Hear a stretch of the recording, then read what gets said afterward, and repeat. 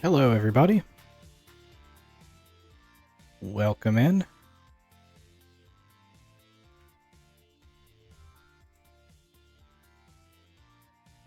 Hope everybody's doing all right. Doing something a little bit different this stream. So instead of continuing from my 1998 Gaming Through History thing, what I'm going to do is revisit games I've played before.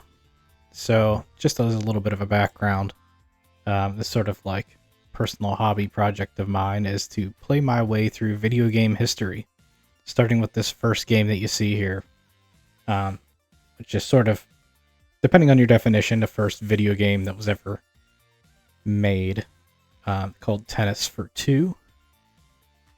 And you can play it. You can play it via a browser, but this game came out in 1958. And so what I've done for probably about the past 6 or 7 years, I can't remember when I started, is start from that point and play my way up to the present every game.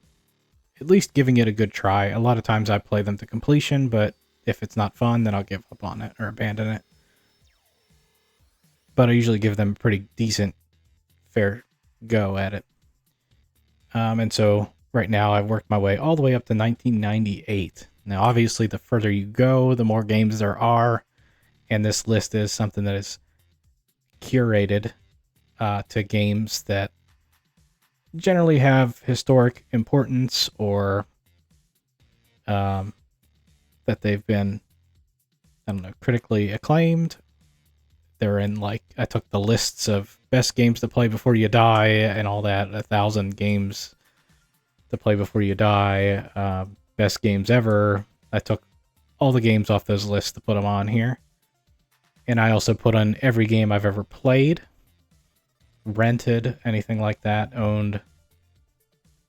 So it's a pretty big list. It's not like complete and comprehensive. I'm sure plenty of people would look at the list and be like, why don't you have X game on that list? And that's because there's a lot of games. But I wouldn't be opposed to adding games, of course. And so I'm always discovering new games. If you see the slideshow that I had at the beginning of the stream, that's sort of another project of mine. I'm making like these cards, I call them, for each game. And I do discover a lot about games I've never played before. And so it's kind of just a fun hobby of mine. And so I figured I'd start streaming and playing those games online, telling you what I think. A lot of times I write extensive retro reviews. I give them a rating. I call it the CFF. It's a Catfish Fun Factor. And that's like a rating, a personal rating for me and how much fun, on a 1 to 10 scale, basically, how much fun a game is. And that's how much fun a game is today. Not contemporary to the times, but like, is this worth playing in 2026? And how fun is it now? So tonight, it's about revisiting games that I have already played so that I have a chance to show those on stream and kind of talk about them a little bit. And so before the stream, I did a randomization of games that I'm going to play tonight. And that's kind of a secret until they show up on screen. So let's get started with the first one. What's it going to be?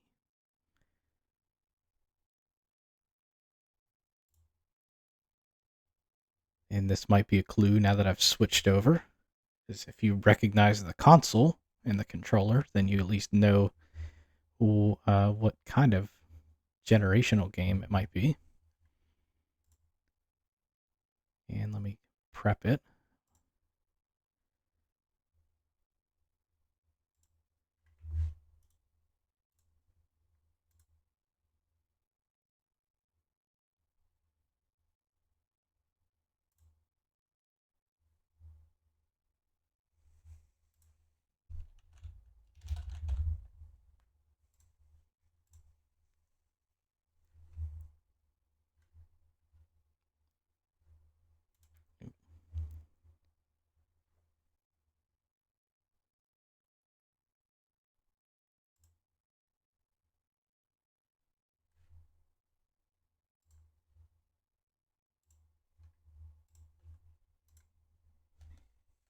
All right.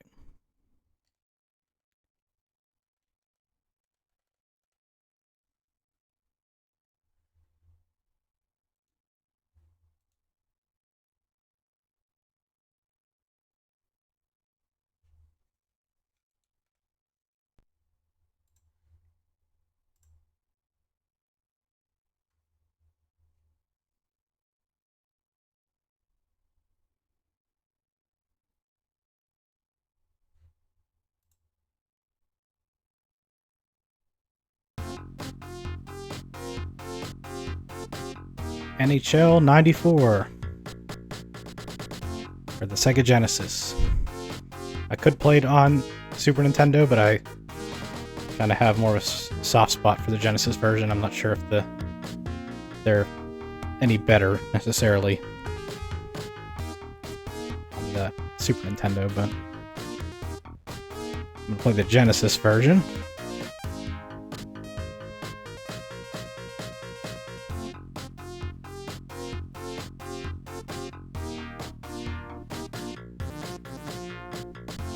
This game came out in October of 1993.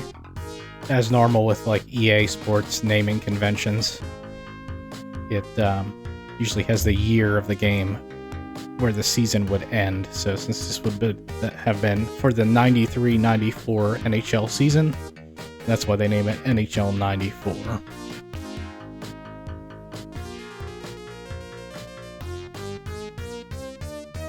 So this is the first game that had both the NHL League license and the NHL Players license. It's the third game in the series of NHL games. And the previous two, the first game was just called NHL Hockey, and that had the league license, meaning it had the teams and their logos, but it did not have the Players Association license, so the players did not have actual names, they just had numbers. And of course, if you were familiar with hockey, you'd probably be able to know what those were. They did have the player ratings associated with them, but no names. Then the next game was called NHL PA for the Players Association 93. That game had the opposite.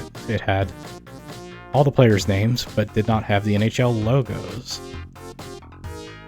And this game then came out the next year and had both. And so it was the first game that for the NHL series that had both, which was really cool for the time. So the modes we have regular season, that just means like an exhibition game. You can do playoffs, which is just one game playoff per team or per I guess round, or you can do the official 7-game best of 4 round, or you can do a shootout. I'm just gonna do a one regular game. I believe there's 28 teams, and they might have the all-star teams as well, yeah, so I guess 30 teams total. I'll just do a quick randomize.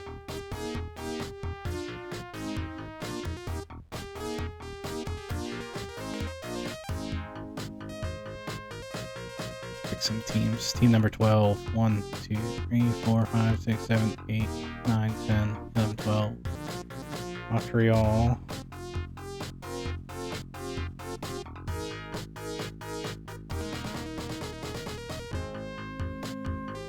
Hartford.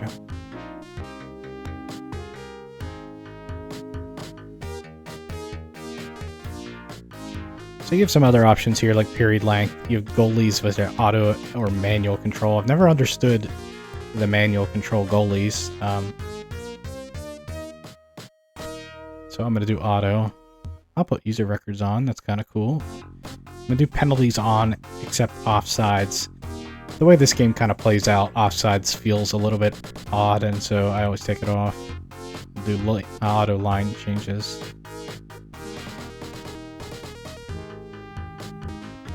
And yeah, if you've ever played the game, you like the game or anything like that, leave a comment or chat here if you're watching live on Twitch.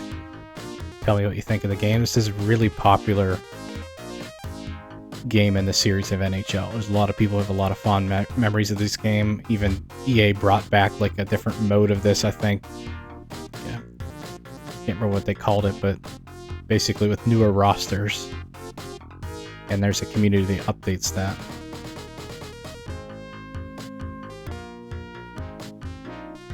It was actually cool at the time that you had like this saving mechanism with user records.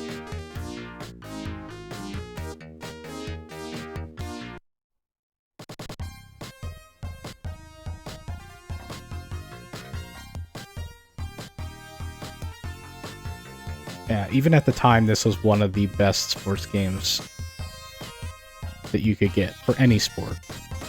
This was a very well done game.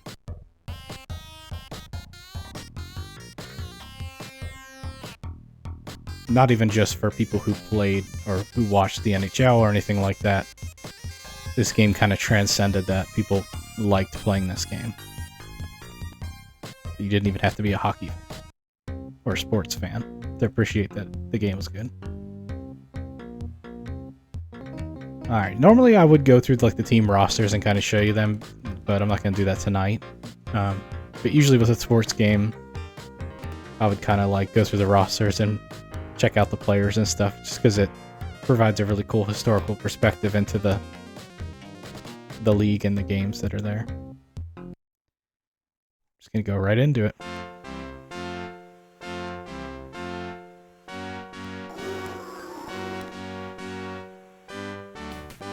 Ooh, he almost scored on me already.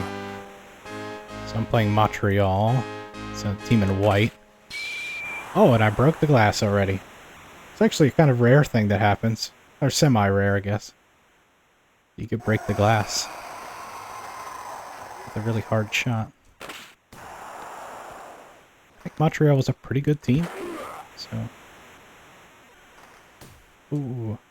It's actually the first game in the series where you could do what they call one-timer, so like passing it to another player and then shooting immediately.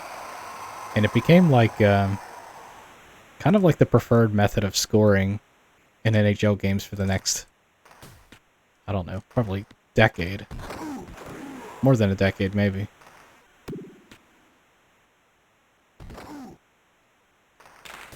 Like that was a one-timer. Wasn't a great one, though.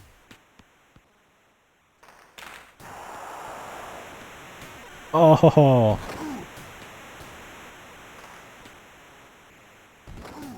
It's very interesting the way that the players move on the ice in this game. They're not, like, super easy to control. And depending on how good your players' ratings are, they can kind of skate a bit better. Oh.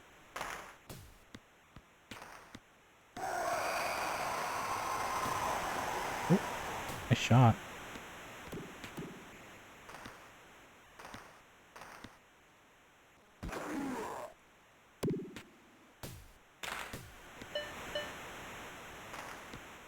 Oh no, I passed it right back to him. I always get a little greedy with my goalie.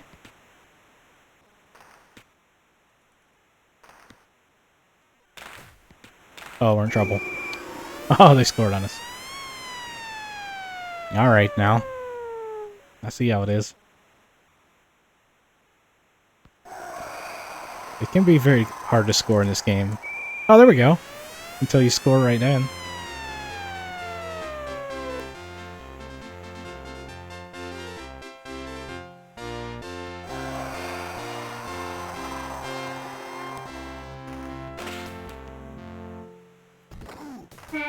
And that right there was one of the cool things about the game, is the organ music, because that they would play that type of music specifically, and they have different music for each team depending on what team you're playing home at. So it's really cool if you would hear that kind of music at the game. So it's a really cool effect. So that's like "Let's Go Habs" is what they call the. Nice. And I scored, so they're going to play this, like, music that would have been played at the Canadiens stadium and that.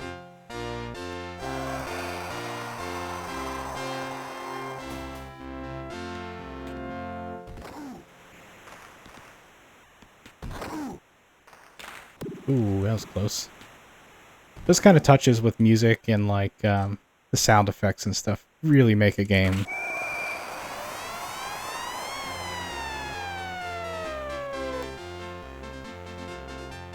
Any Canadiens fans watching? I am not a Canadiens fan, but just curious. Wow. Not sure who Hartford's goalie was, but he's having trouble tonight.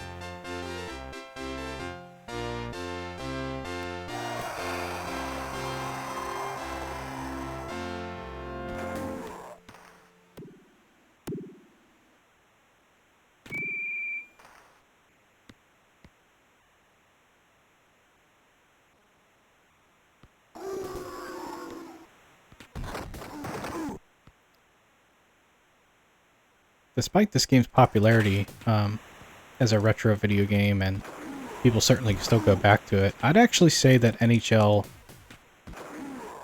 the NHLs that came after are probably a bit more refined and better games. But for some reason, this one just hits the right nostalgic feels for people. Like, I kind of like, if we're talking about just Genesis versions, I think the NHL 96 is superior. But maybe it lacks a little more charm. Or lacks some of the charm that this game had.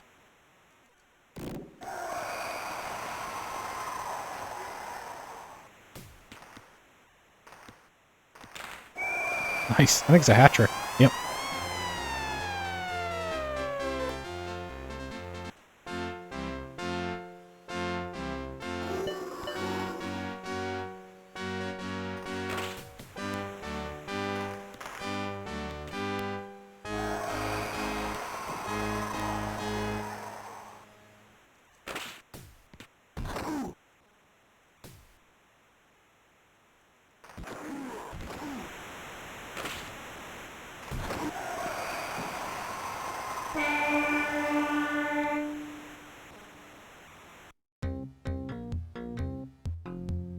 I always like this song, the intermissions. So I'm gonna let it go for a second.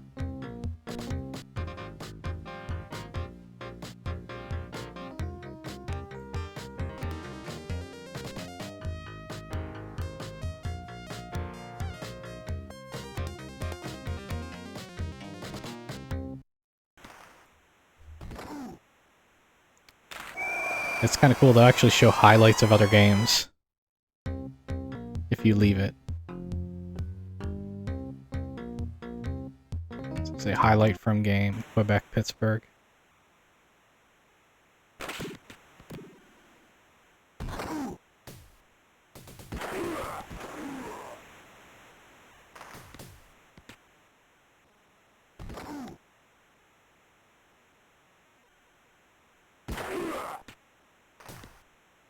It's a really long highlight. Just really seeing anything going on here. Oh, there we go. Dang. As a Penguins fan, I don't really like that. All right.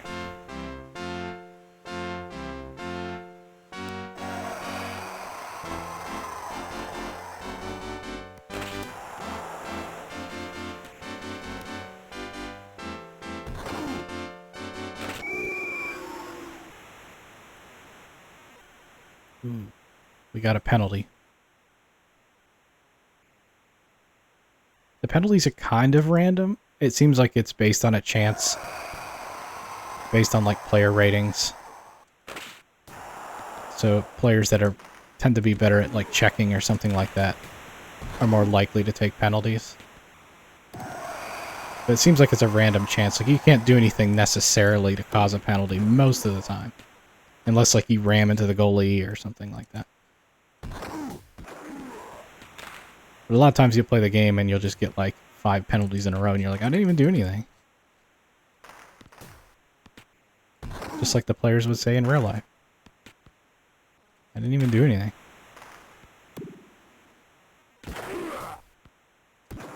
Like, that should have been about, like, I just crushed that guy and he didn't even have the puck. Ooh.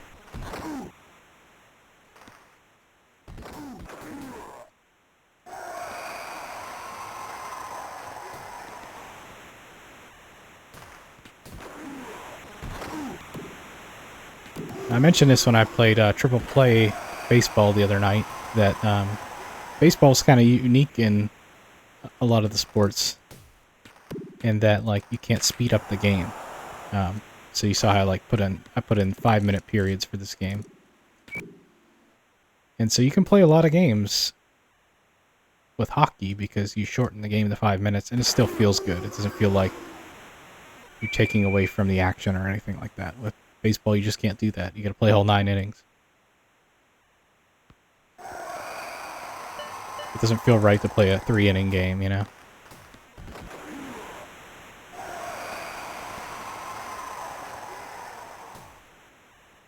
Because that usually eliminates the strategy you might have with your pitchers, or you just have less at bats. Ooh, that went flying into the stands.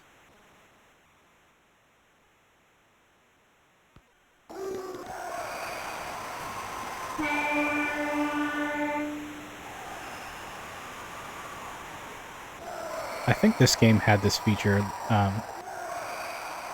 I should be able to see it at the end of this. Once it goes to the menu here. But there used to be... It might have been the previous game. Let me see. Oh yeah, there it is. Crowd meter. So it's like some interesting thing they had in the game that measured decibels.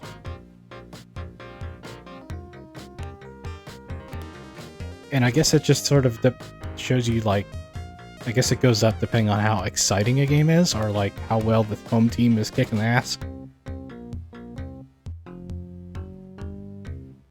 And so they have they keep track of these records with the crowd noise, which very odd.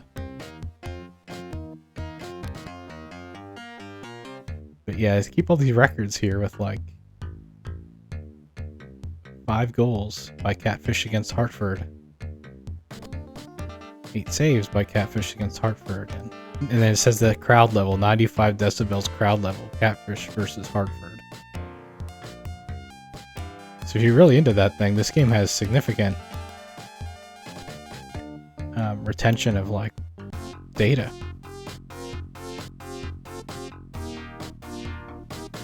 So I'm gonna play another one. I'm gonna do another one.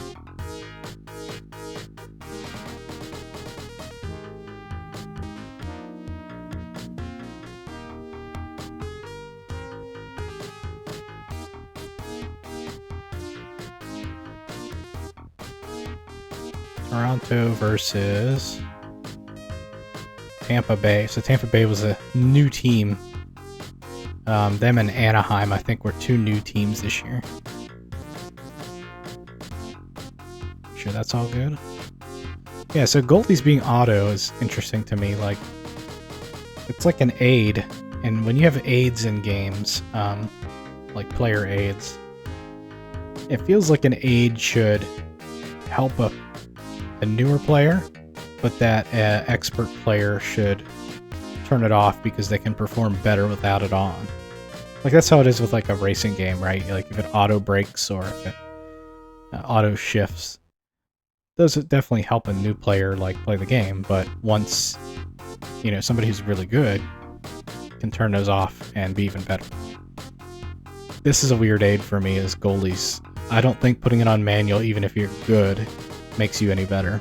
So it's almost it should always be auto. Line changes, on the other hand, I think is probably a good example of an aid where if you put that on manual, somebody who manages their lines better.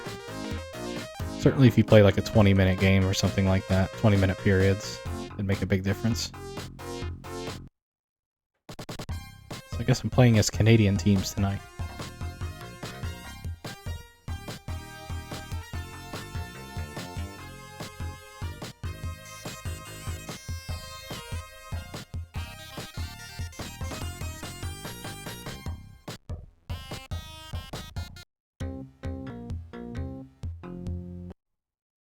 I think Toronto is pretty good.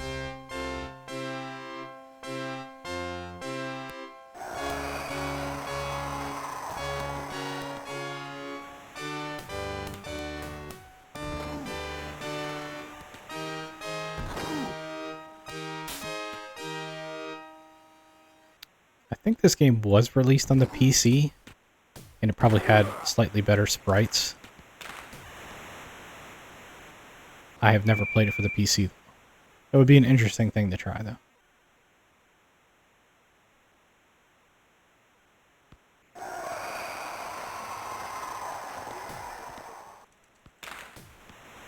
Oh, somebody get there.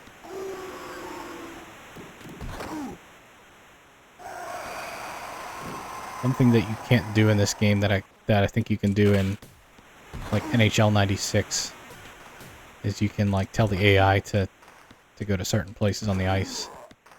You can kind of set up plays better. Whereas the AI is sort of in this game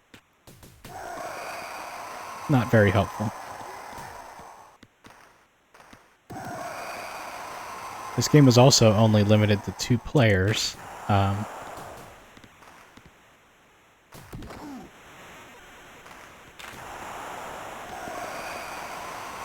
You could be on the same team, but the game after this, NHL 95 had 4-player support, which was a huge deal then. When 4-player support came out, that was, especially for sports games. People would play this in like college dorms and stuff like that, and they would have big 4-player games. Ow. Missed the net. Watch out for short-handed attempts.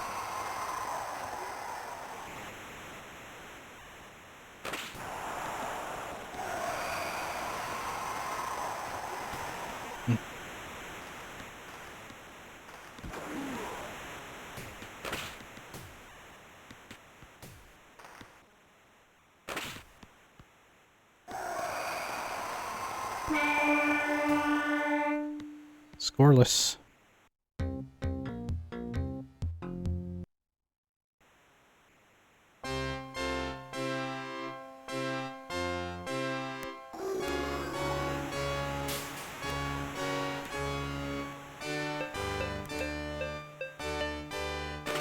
If you're a Leafs fan,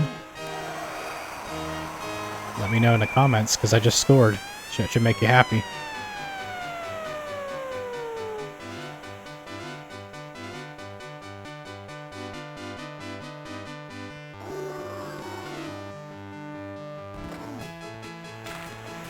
No!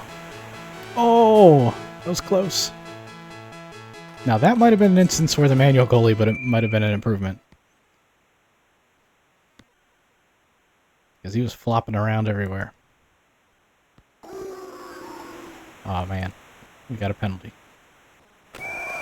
Nice save. Hooking. One of the things you might notice is, especially if you're a younger person that watches the NHL now, is that the home team wears white, and that was, I don't think that changed until maybe like 2006 or 7. I think it might have been like right around the lockout. I could be wrong.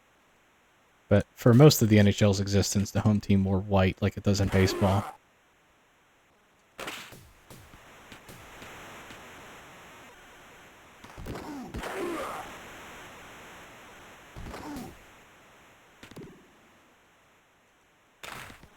And then they switched it. Which I think was better anyway. Usually the darker uniforms have a little bit more. They tend to be a little bit more interesting.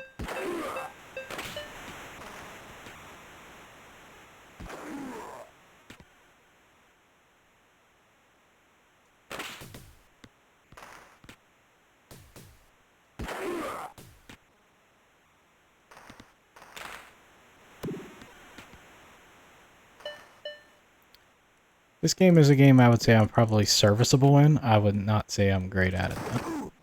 I've played some people, especially my family, that have been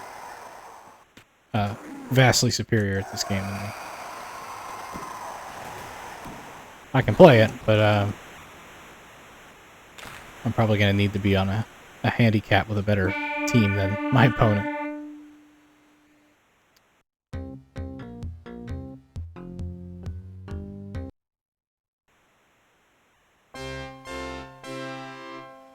There is no season mode in the game, so that's something that is kind of missing.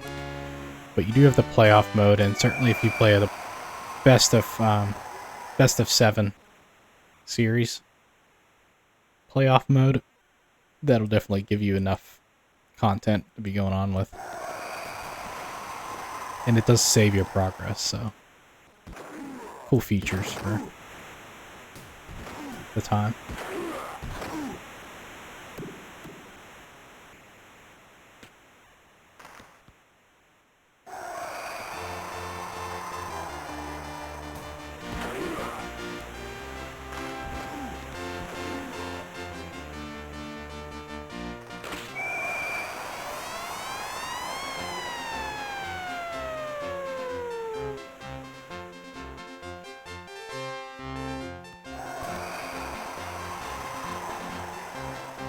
The William Tell Overture in Toronto.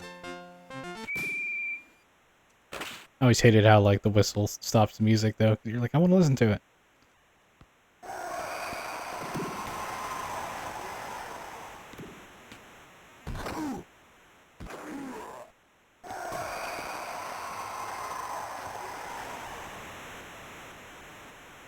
This game's predecessor was kind of infamous for having, like, when you get a bad injury, if somebody injures somebody, they would have blood coming out of them, like their head, which for the time was actually kind of gruesome. But they removed that in this version, so there's no blood in this version.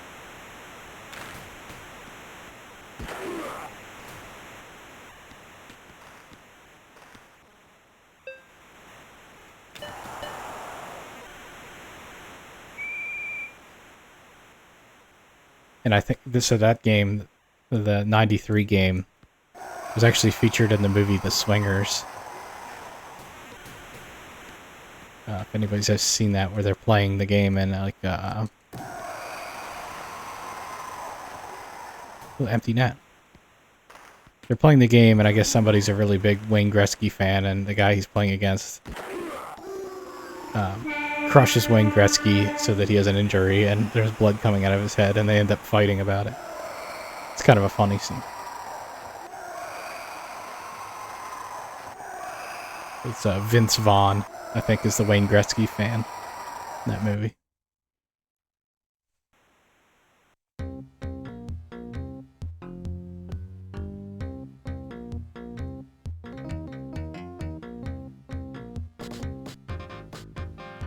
Crowd meter. It's very odd.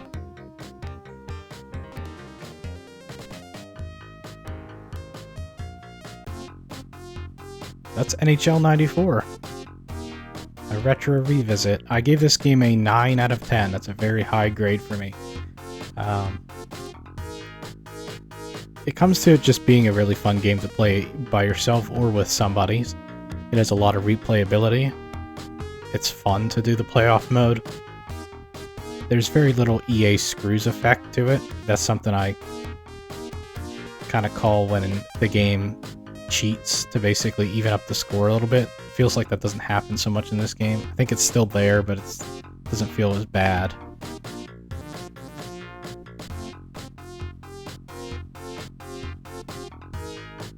But it also has a lot of, I also have a lot of personal nostalgic attachment to the game, so that's why I've given it a fun factor of 9 out of 10,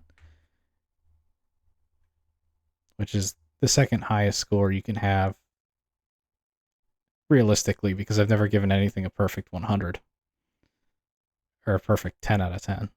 I've given 9.5 is the highest I've ever given any game. So having 9 out of 10 is really good. So I recommend people play it still.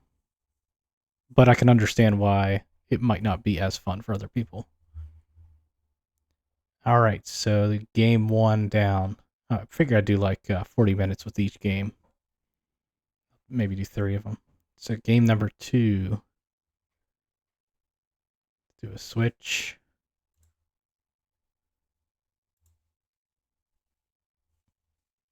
It's actually hard to see what console that is behind me. You might be able to see it.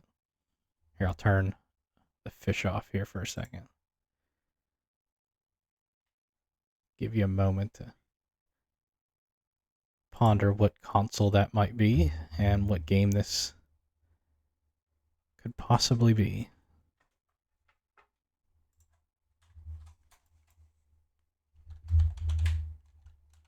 This game is probably slightly better on the arcade, at least as far as how it runs and how it looks. But it's not particularly easy to get the work with the arcade version, and so I'm actually going to play what is the Sega Saturn version.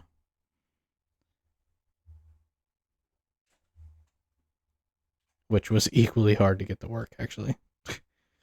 But I did make sure I got it to work before stream.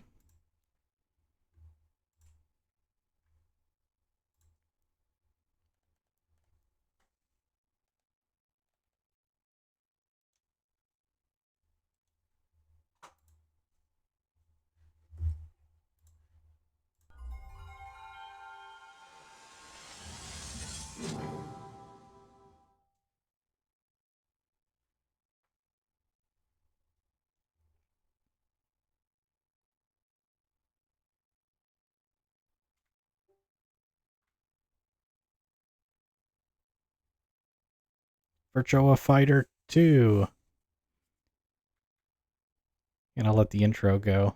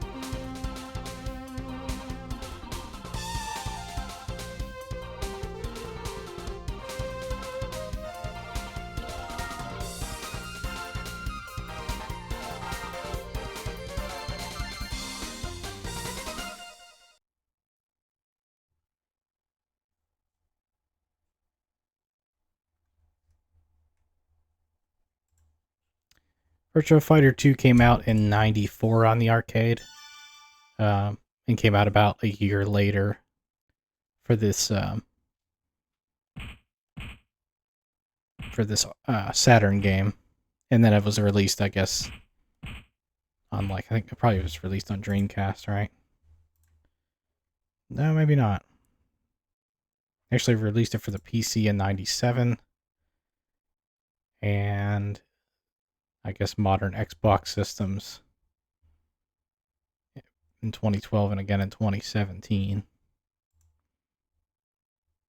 So this was obviously a big sequel to the first Virtua Fighter that came out, which was very well received.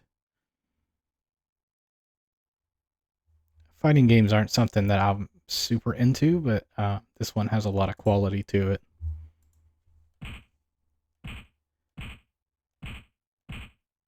Team battle mode, watch mode. It's pretty cool you have a watch mode, so I guess it would emulate sort of the attract mode in the arcade.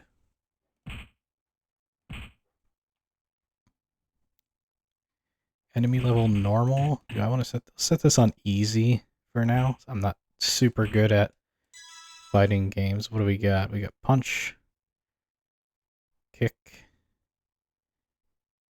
and that's it. And defense.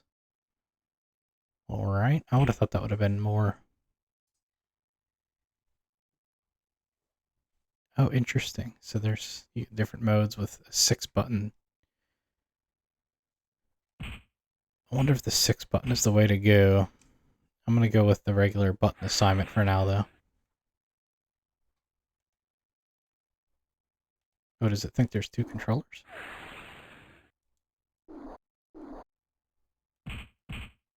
Backup data, life gauge, normal. Okay. Let's just do regular arcade mode for now.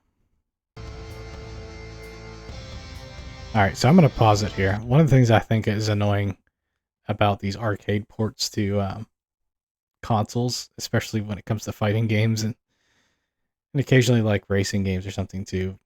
Is you can see like they have 16 seconds up there in the top right with the player select where I paused it. You get 19 or 20 seconds and something like that to pick up character, and I'm like, why do I have to be timed if I'm playing this at home? I get that when you're an arcade, right? You don't want people to stand around in front of the machine and waste time picking a player. So you do have to force them to pick a player. But why do we have to have that for the home version? I want to be able to kind of like take my time and see what all this says on the screen, but you can't because you only get 20 seconds. And I'm just surprised that like nobody, when they ported these games, was like, you can just take that away. I think they finally figured that out in like Mortal Kombat 3. They were like, you can just remove that timer. But of course, Mortal Kombat 3 came out before this, I think. And so, why does this game have a timer? Alright, so I'm going to randomize a fighter while it's paused. Fighter number 2. So I unpause it now. I have 16 seconds to actually pick Pi. Then we have hobby dancing. I don't know why I have to put blood type. That's kind of odd. Job action star. From Hong Kong.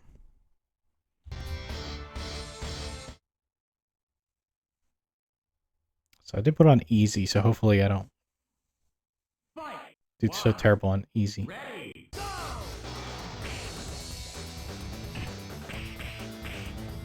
Okay, she's kind of standing there, so maybe.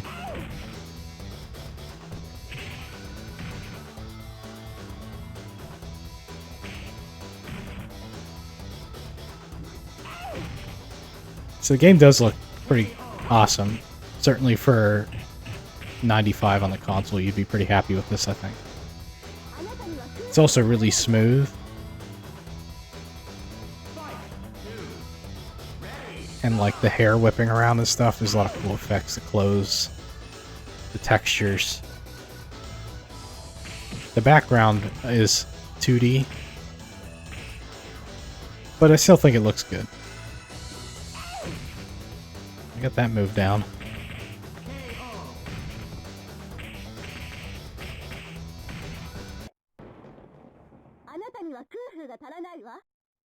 Sure.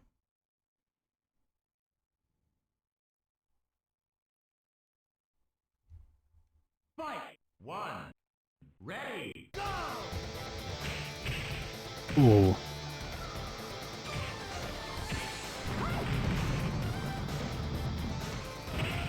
Ow, man, that kick is wicked.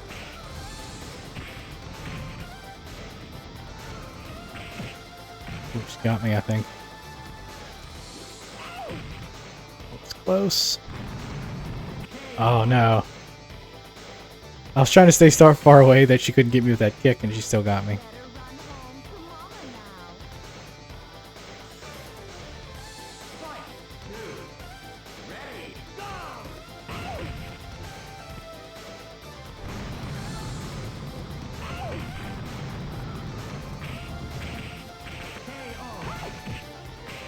I think I stepped on her at the end.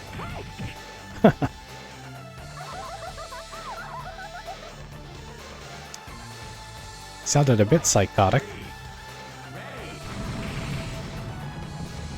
Oh, she got out of the way.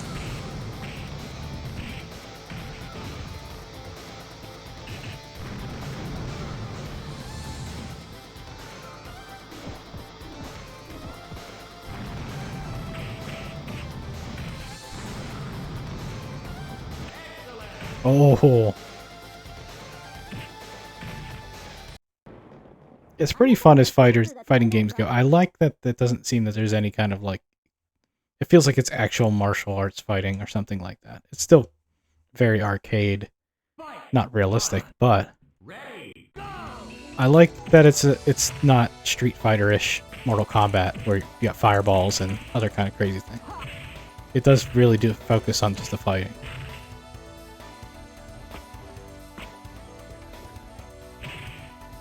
And so you're not dodging like crazy weird attacks necessarily.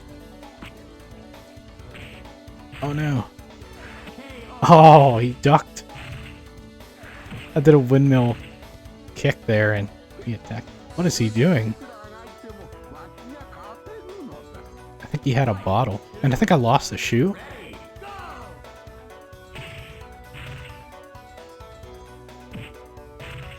Just keep kicking him.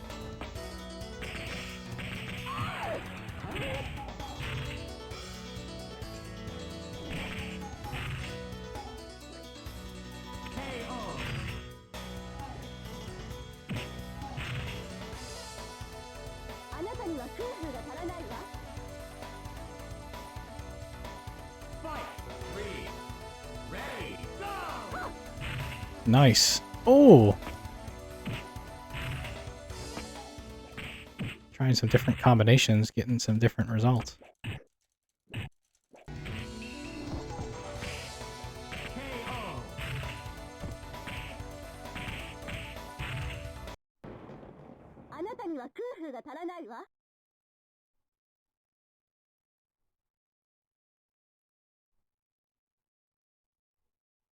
Fight! 1. Ready, go! I'm fighting. It's like a mirror match.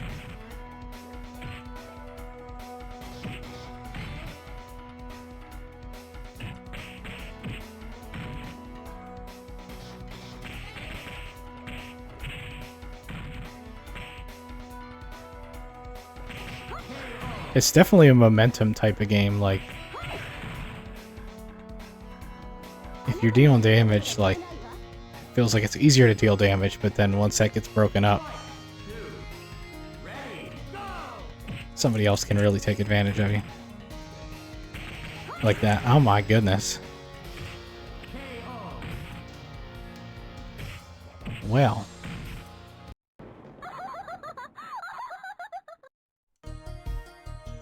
Yeah, I'll continue. Fight! 1. Ready, go! It knocked your hat off.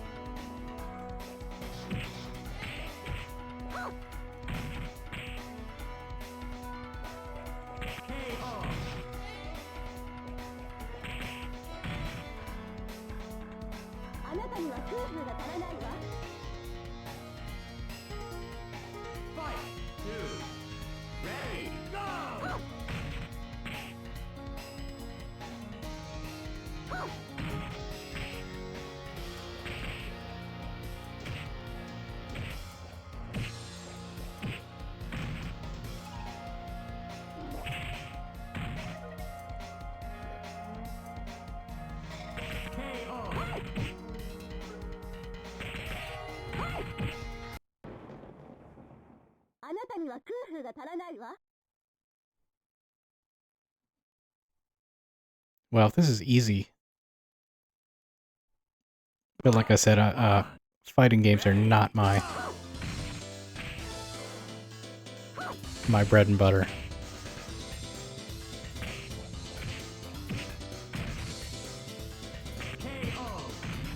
Most games I'm kind of serviceable in, except racing games. Racing games are the only one where I feel like I'm good.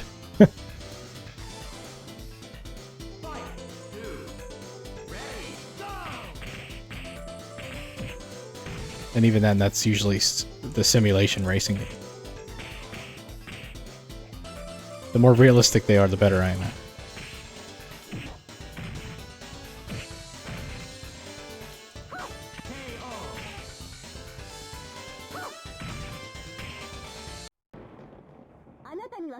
Well, I took down that guy pretty easily.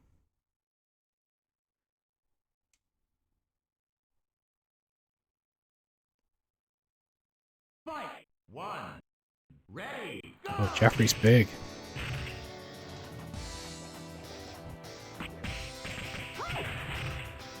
Blocking everything.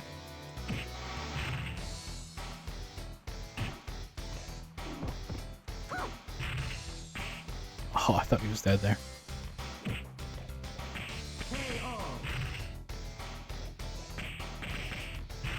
Music's pretty good. Pretty typical of a fighting game. Maybe not quite as catchy as like Street Fighter 2, but definitely fits the action.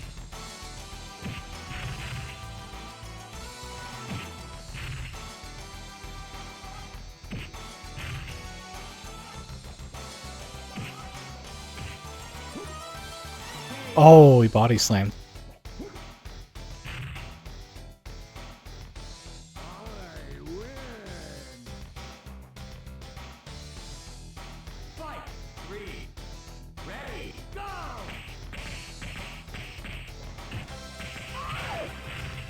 Nice. That was a heck of a combo.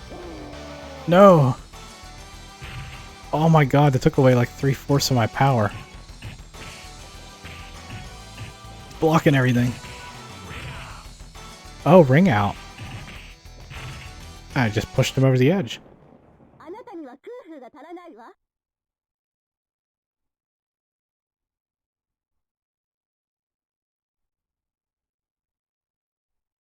Fight! One. Oh, we got a ninja.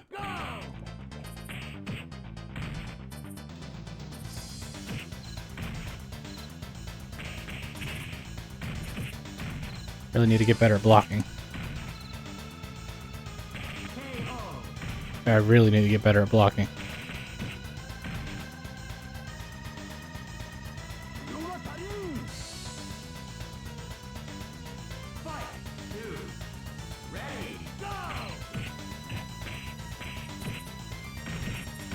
Oh,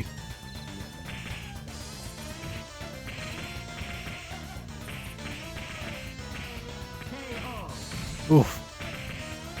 That was a comeback.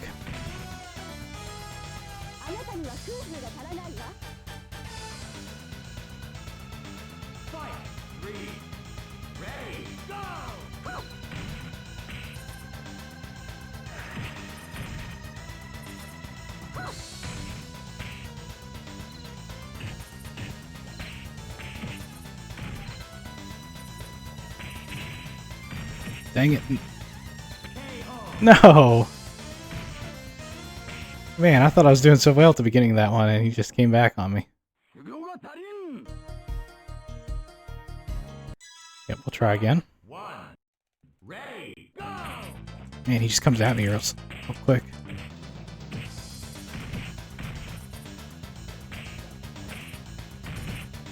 How am I supposed to block that when I'm already down?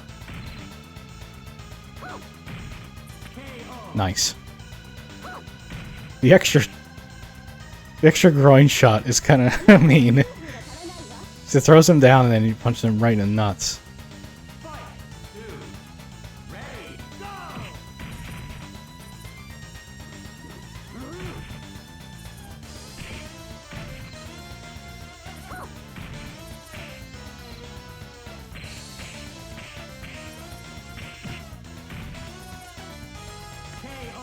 Nice.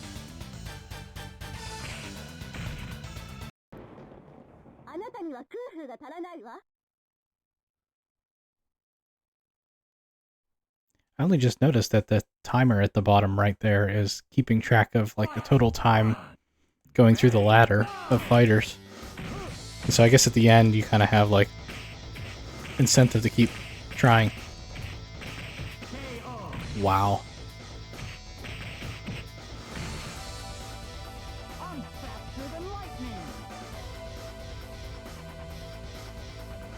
He was fast.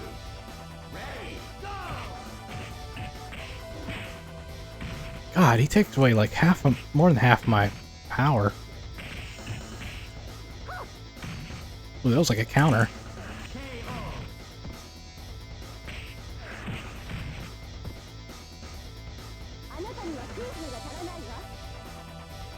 It was weird. I did that leg sweep and it sounded like there was like a jet fighter that went over. It's a kind of odd sound effect. Look at that. He did 2 moves to me and he took away 7/8 of my life.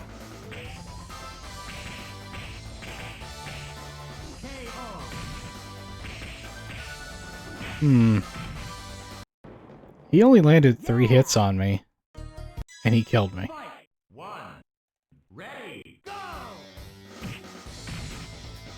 Where it feels like I got it. I could do a million attacks to knock him down. There was the jet fighter sweep thing, but he blocked it. Oh.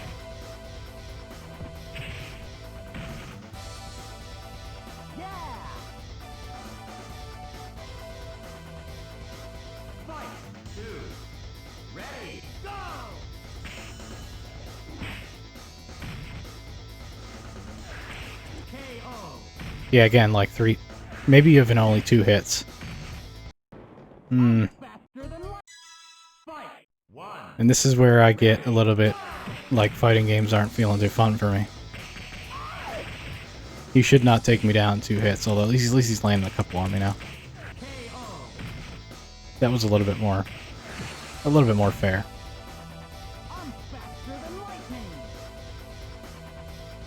Of course, I don't know if this guy's a boss. Maybe he's a boss. And that would explain why he's damaged. Look at that. He did 1 kick, 2 kicks, and a slam, and he's... My life is gone. But maybe it, you know, he learned to block.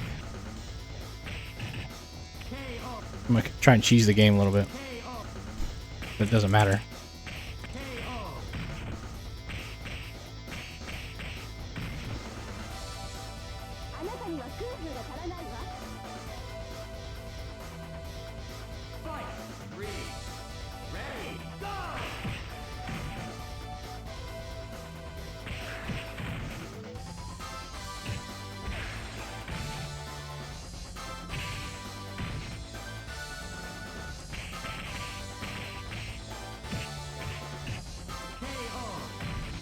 Almost had him.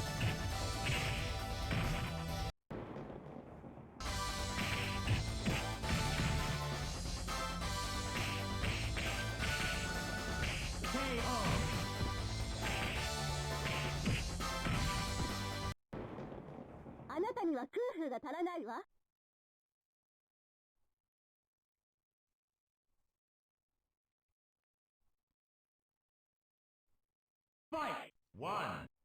Ready, go!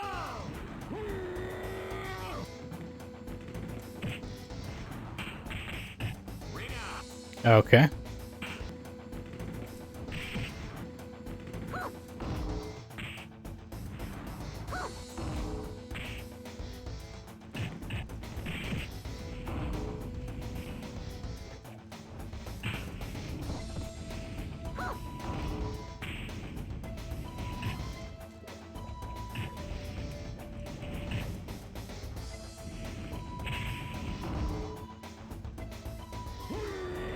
Oh, that.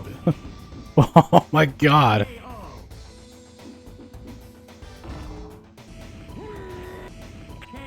There we go. Cheese the game a little bit and punch him in the nuts.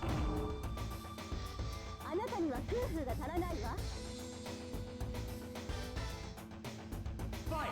2. Ready, go!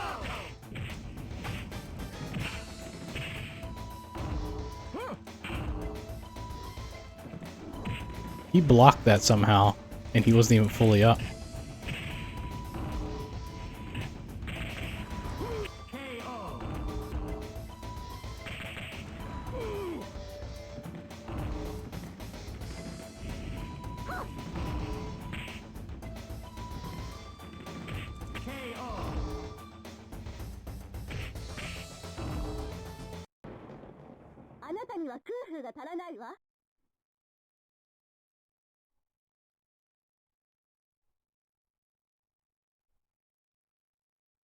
Fight! 1. Ready, go!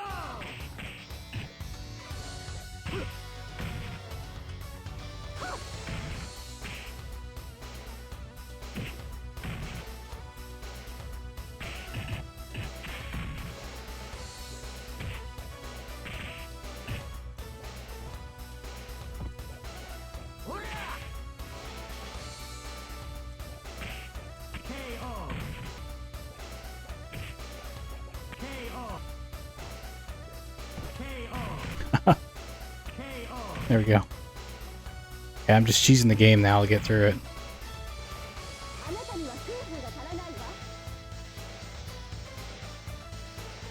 Fight! 2. Ready, go!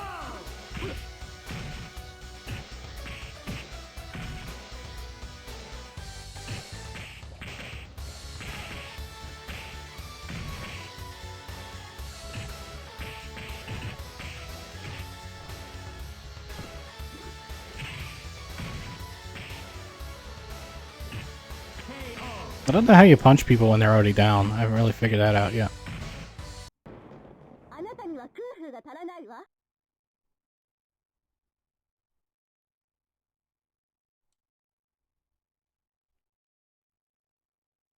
Fight! One. Okay, we're underwater. Oh, and it's slower. How weird.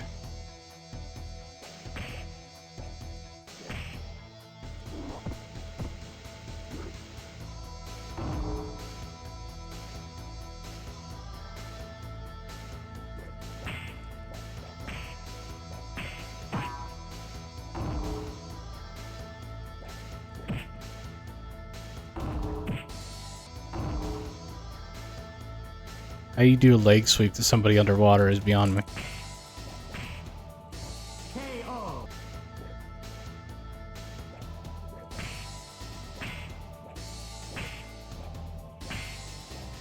KO.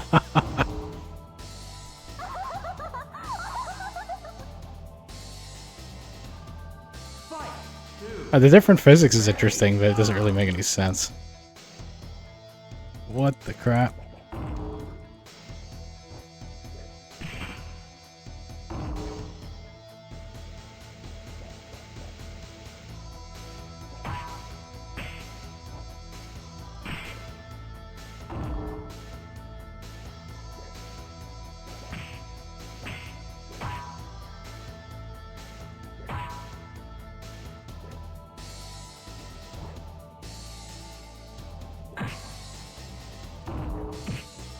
Yeah, that's so weird, the leg sweep. How do you leg sweep somebody who's off their feet? And it makes no sense. KO.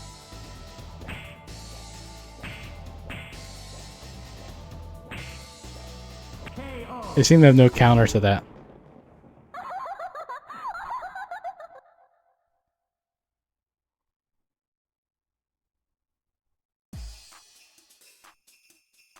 Oh, was that it? He was the boss?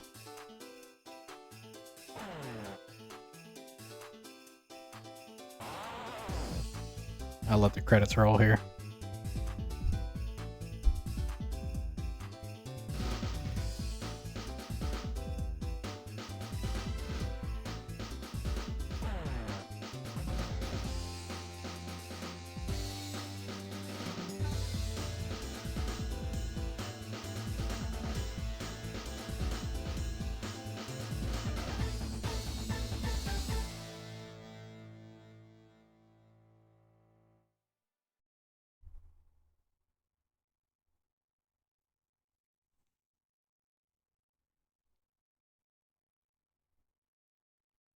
Congratulations!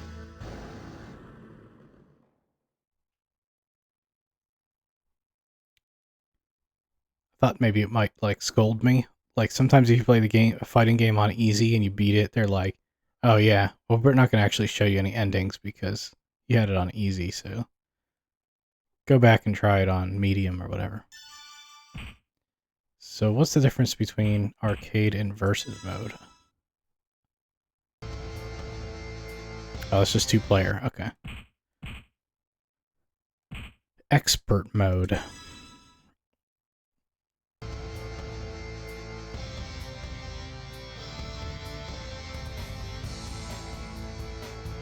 This guy this time. We'll see how badly I do in expert mode.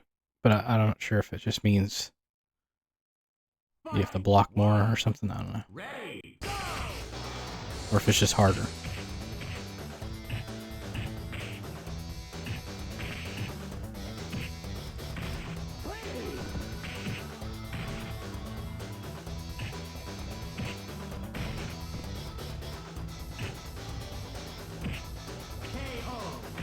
It might be just harder.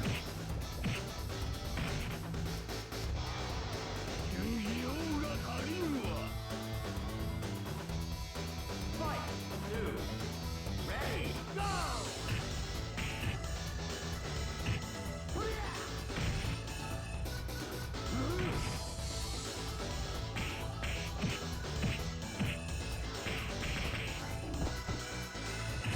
KO.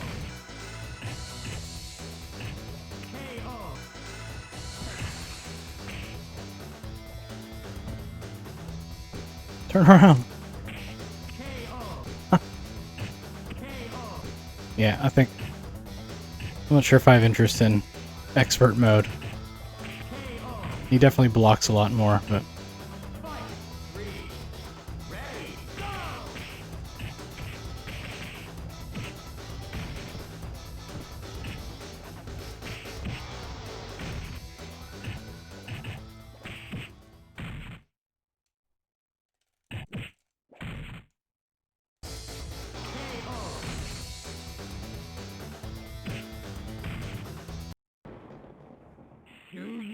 I do like that there's things that come off of them when you hit them.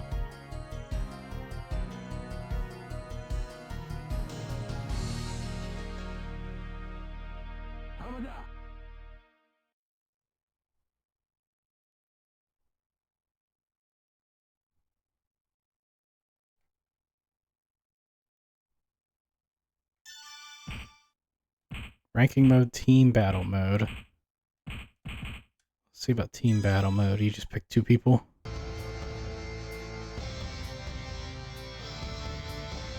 Health replenished, team damage retained. Select your first character.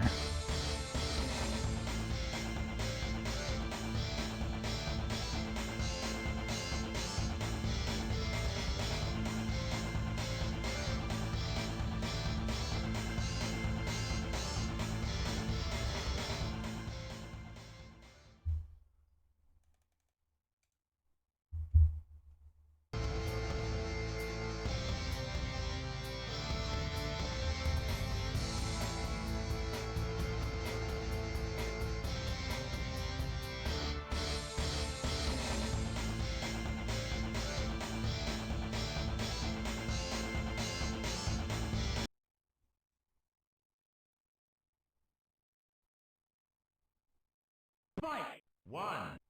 Ready. Go.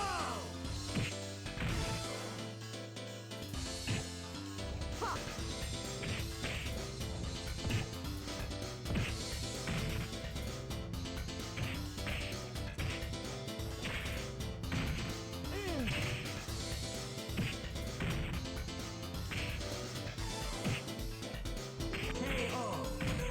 Man, they just... Yeah, you gotta get used to the blocking is really what it comes down to.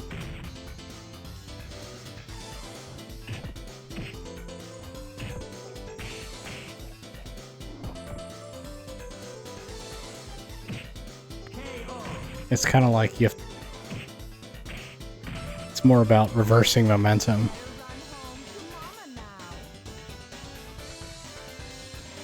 Fight. 2. Ready. Go.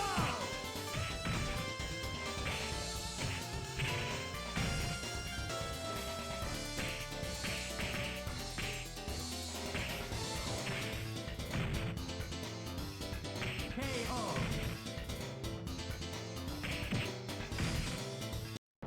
Better run home to Mama now.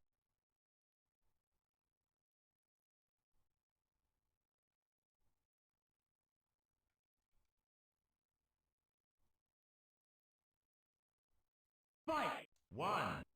Ready. Go. KO.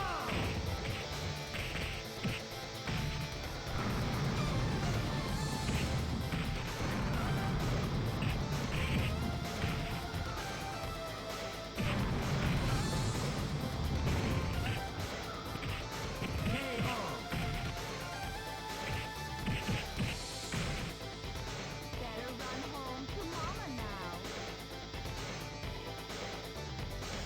Fight. 2. Ready. Go. It takes half your power away.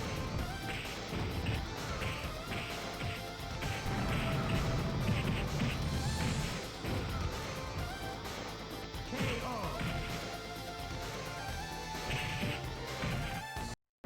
Better run home to Mama now.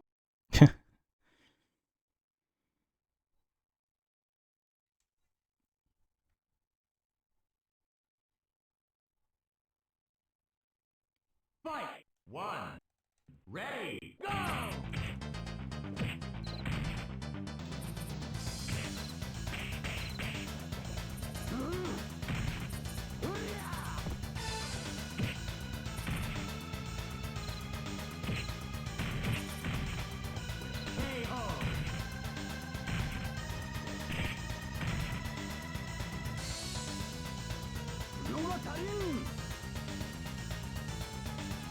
Fight! 2. Ready! Go!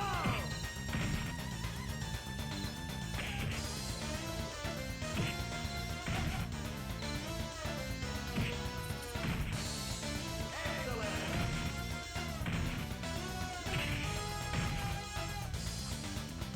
Yahoo! Fight! 3. Ready! Go!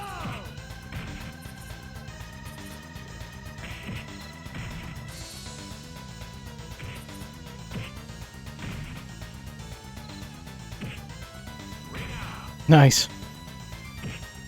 So he beat me in the first match, and I beat him Better run home to perfect Mama in the now. next two. It's very odd. I don't feel like I'm doing anything different.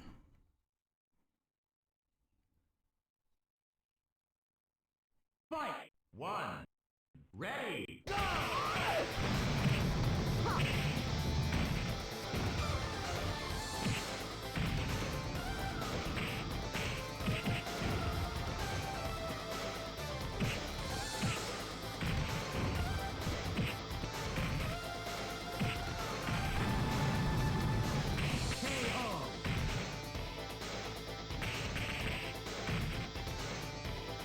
あなたには夫婦が足らないわ。 Fight! 2. Ready!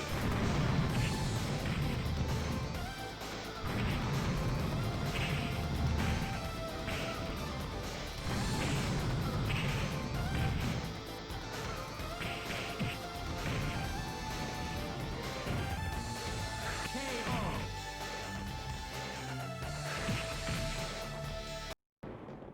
あなたには夫婦が足らないわ。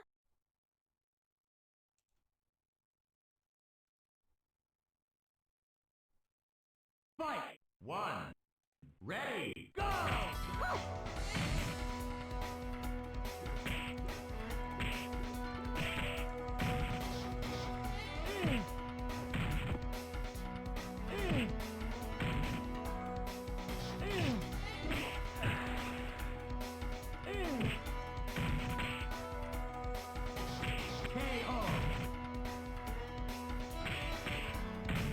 I have to say, when you knock out somebody with a low punch like that, it feels pretty weird.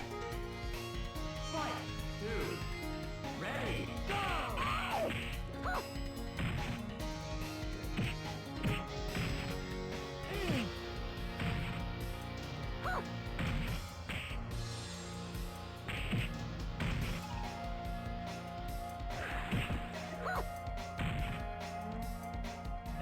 Ring out! Oh, nice.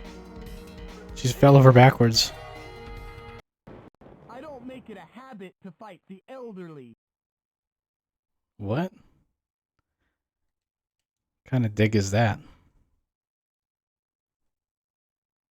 Fight! 1. Ready! Go!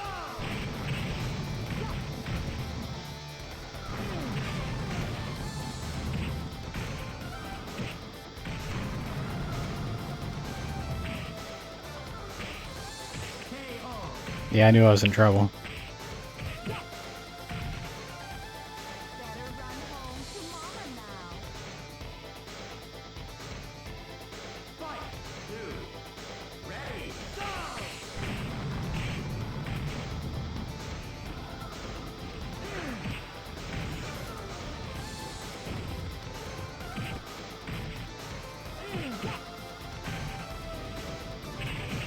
Dang it, I was going for that ring out there, and now I'm in trouble. KO!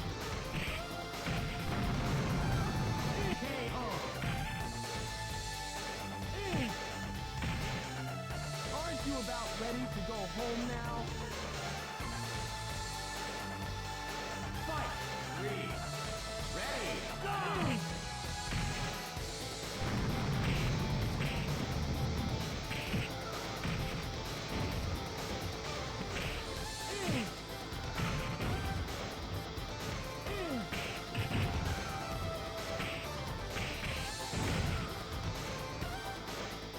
KO! I don't make it a habit to fight the elderly. Yeah, it's just Such a weird thing to say.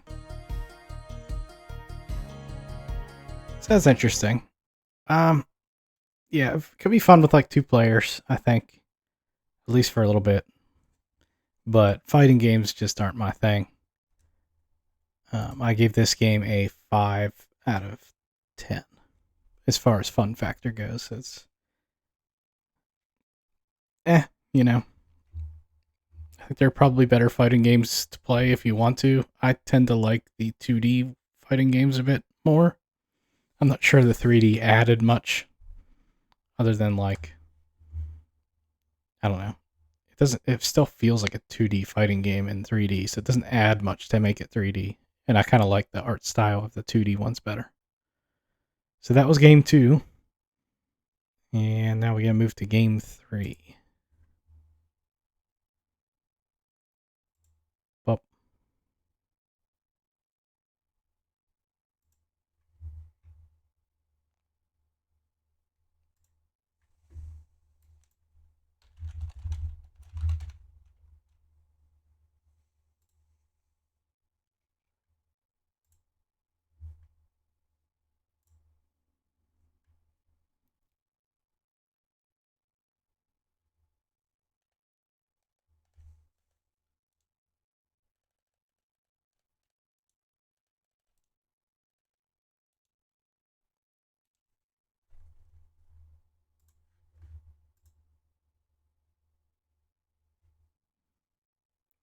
Final Fantasy 3 for the SNES, which is really Final Fantasy 6 chronologically. So it's referred to as Final Fantasy 6 now. A huge game. Interestingly, the last one, I think, released for any Nintendo console until you have the newer ones that have been re-released.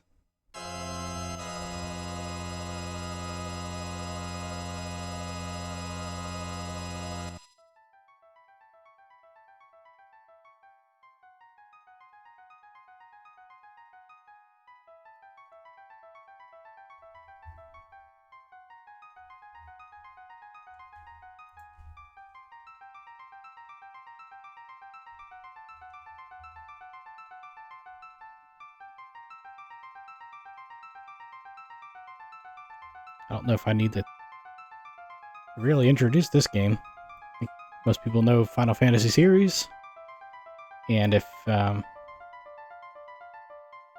if you haven't played them, you know that what kind of games they are. You know, they're huge, epic JRPGs, turn-based RPGs usually.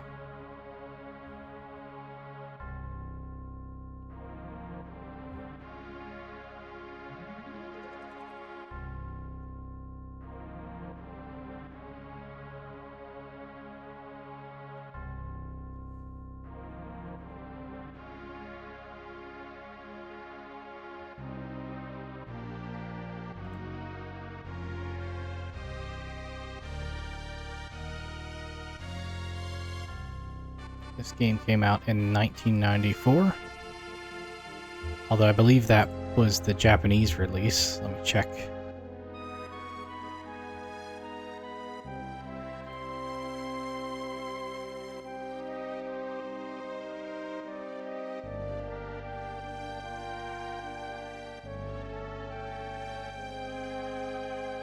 Okay, so it was released in April of 94. And a little bit later, October of 94 in the US and Canada.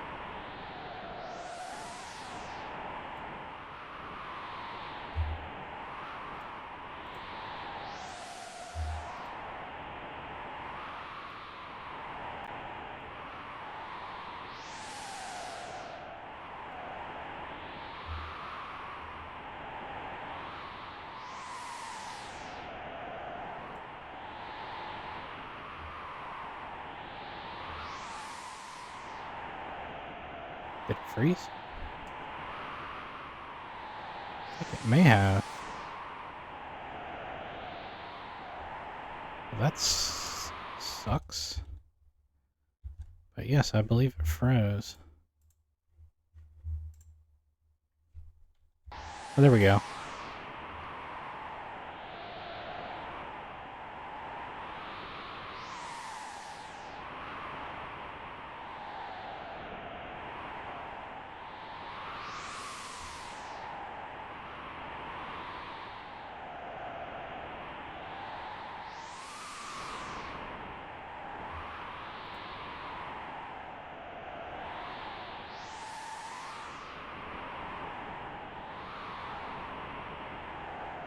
So the reason this is Final Fantasy 3 is this the third game released in the regions outside Japan. In Japan, this was called Final Fantasy 6, and they kind of brought that together with Final Fantasy 7, where in the US it was called Final Fantasy 7. So if you lived in the US, you kind of went from 3 to 7, and you were kind of like, huh? And this is because Final Fantasy 2 and 3 in Japan were released for the NES. They're two different games than the ones released for the Super Nintendo. Those two games were not translated and released in regions outside of Japan, so confusing, certainly, but this is now referred to as Final Fantasy VI, even though it says 3.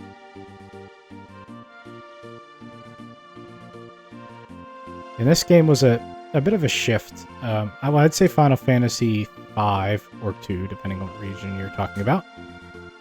The game before this, let's just say that. It had a lot more in-depth story, a lot of characters that you kind of could identify with, maybe, and character and story writing were definitely a bigger step up than we had seen in video games up to that point. Certainly these types of games. But this one, as you can tell, took it a little bit of a step further to make it even almost like cinematic.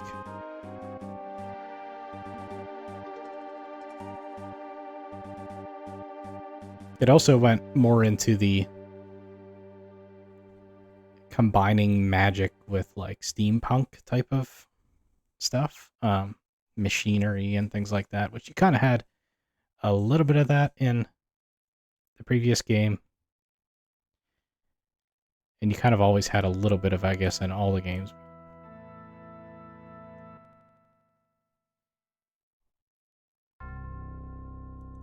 I thought I had skipped this, but for some reason...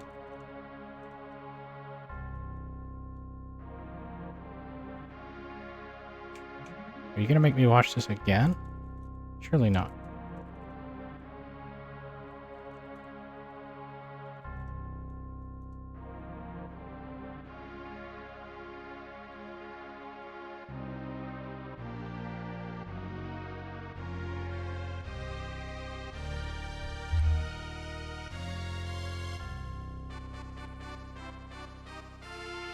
Might have to check the controls here, just to make sure that we got these configured right.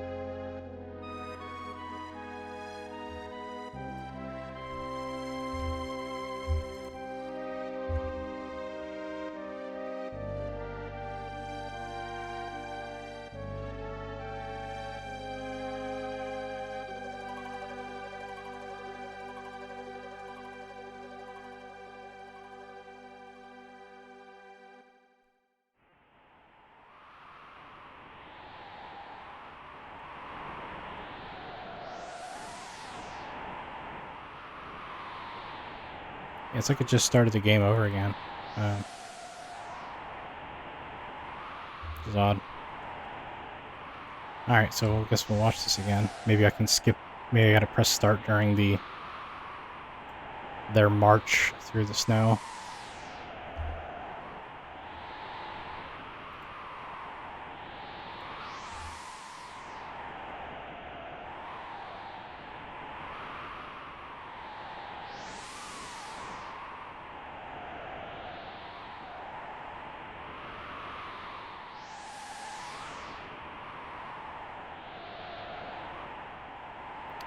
I don't know why pressing select a couple of times opens this menu. That makes no sense.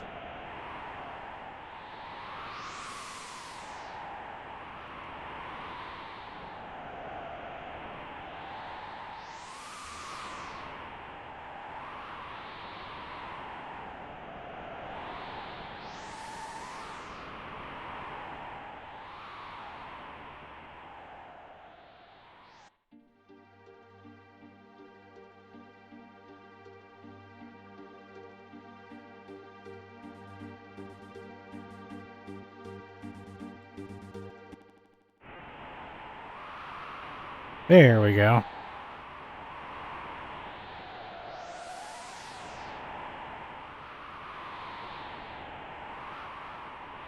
Now I'm in control.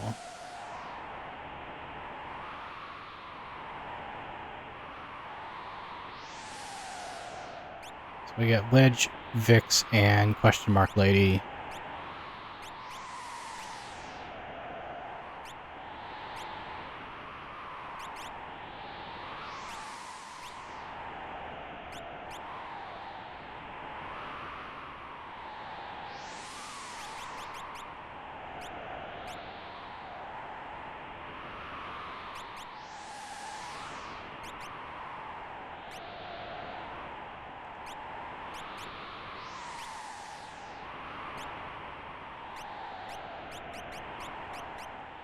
So I'm moving all of them to the back.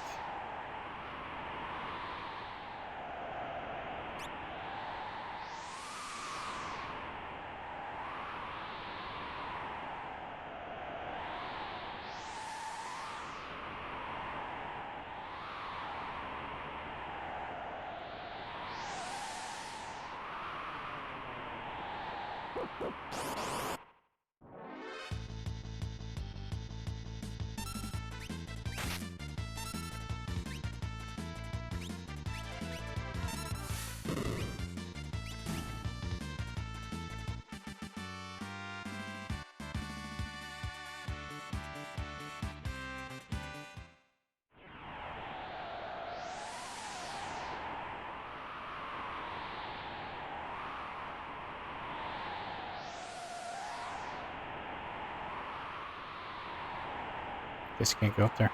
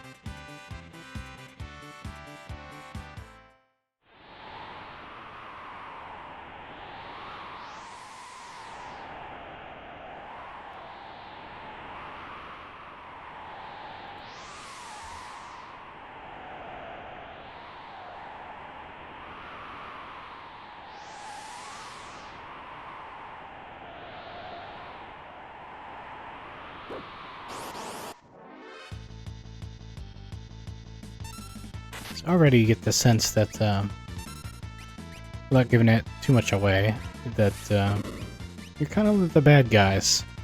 Seen enough here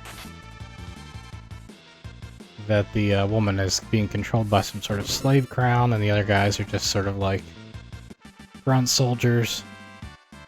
And we seem to be attacking some sort of town for some reason.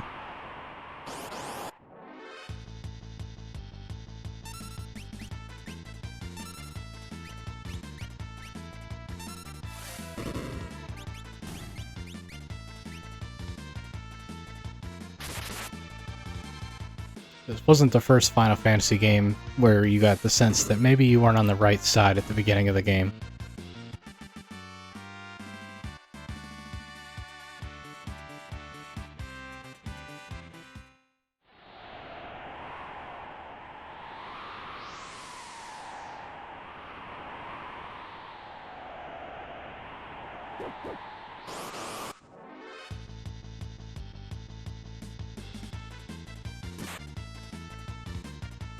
Pretty much at the beginning of the game is just showing you sort of different attack formations that you'll encounter throughout the game, and just kind of get used to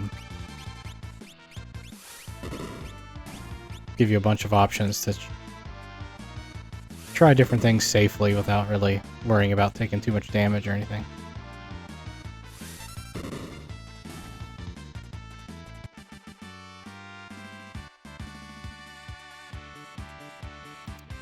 It is a smart way of like getting people into a game. It's not quite a tutorial. I mean, I'm sure you could still die. And they're not hand-holding you either. They're not telling you how to play the game. They're just kind of guiding you by limiting your options, where you can go and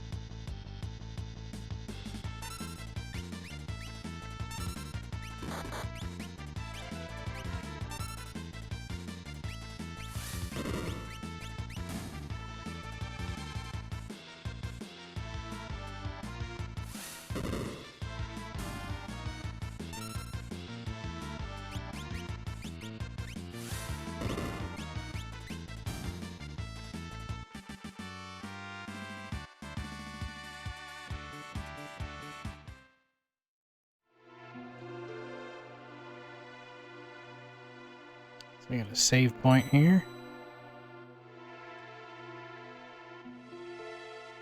No, I don't think I need info about save points. I think it's pretty self-explanatory. I guess we'll save, though. Maybe do some heals.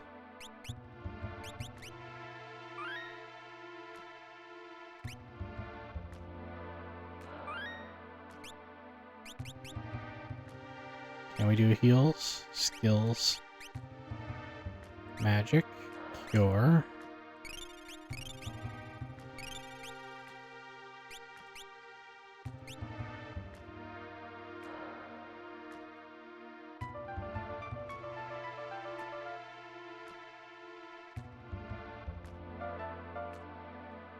As usual with the Final Fantasy games, the music, ambiance, sound effects, everything is as good as you can get, really, in video games.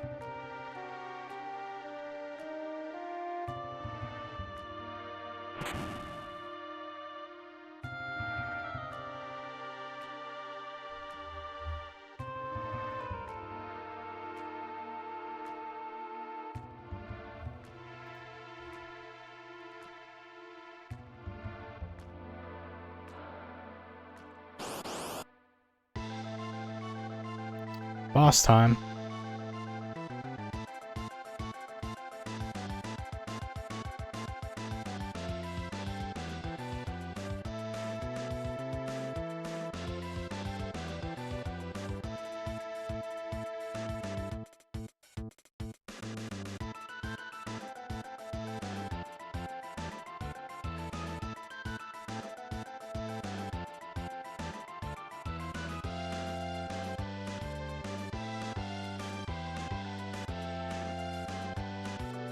Don't attack the shell.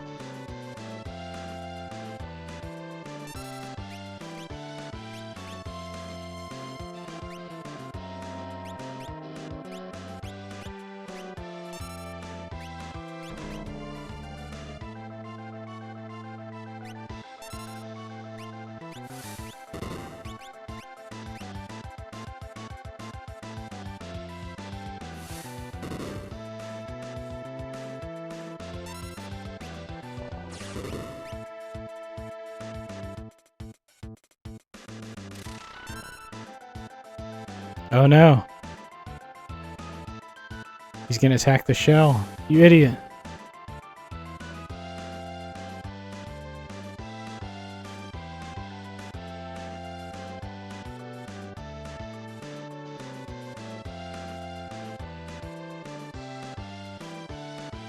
And he just... There we go.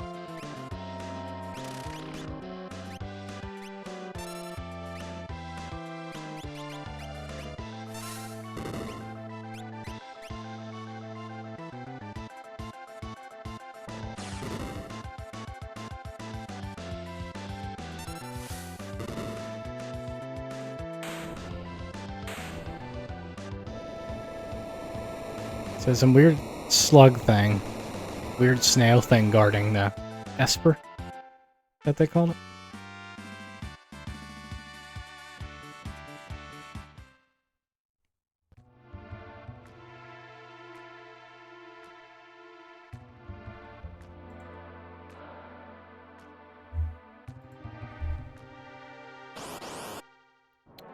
Then we got random encounters.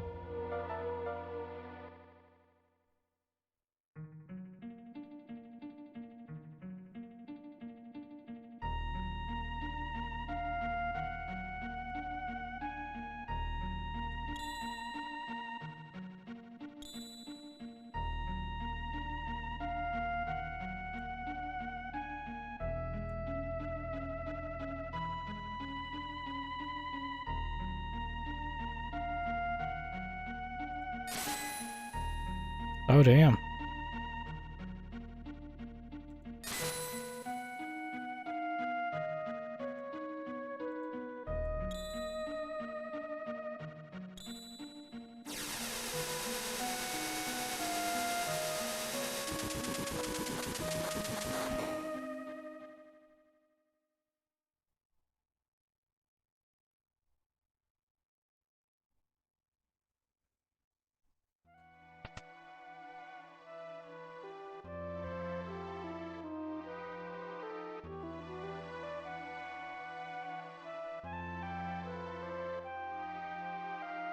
Oh, okay. I didn't know I could move.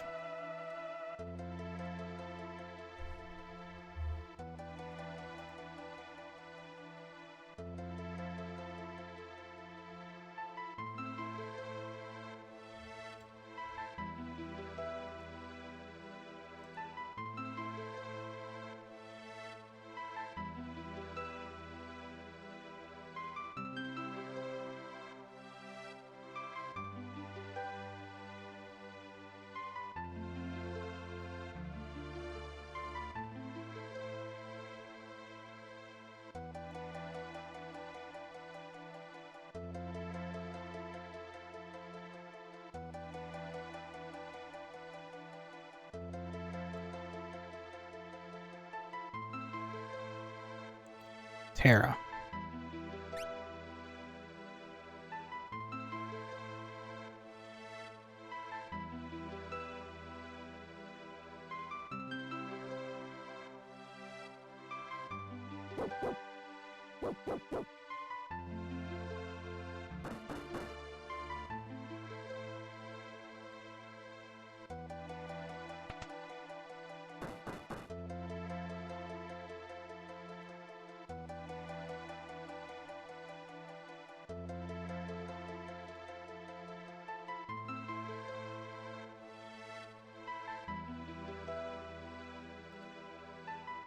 Yeah, we're not going to go that way. We're going to go over here and go to your clock and get this elixir.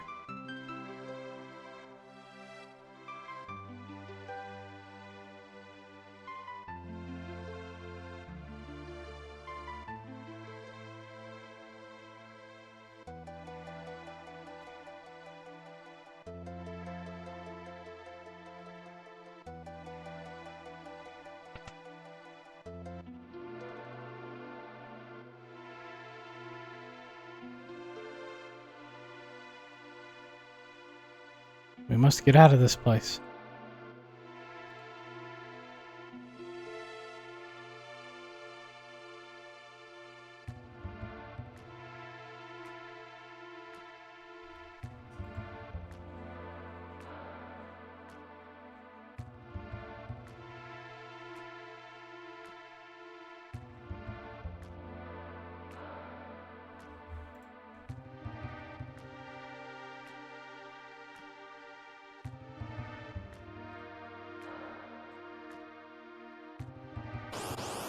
Ah, couldn't get to the save point.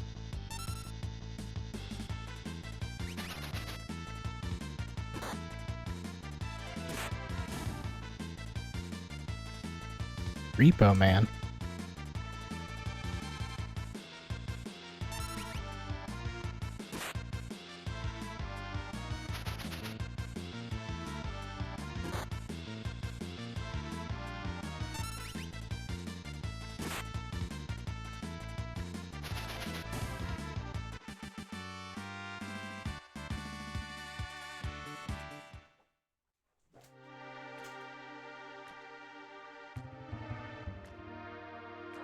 Okay, we're gonna skip the chest because we'll be able to come back later and get them, and we're not gonna get them right now.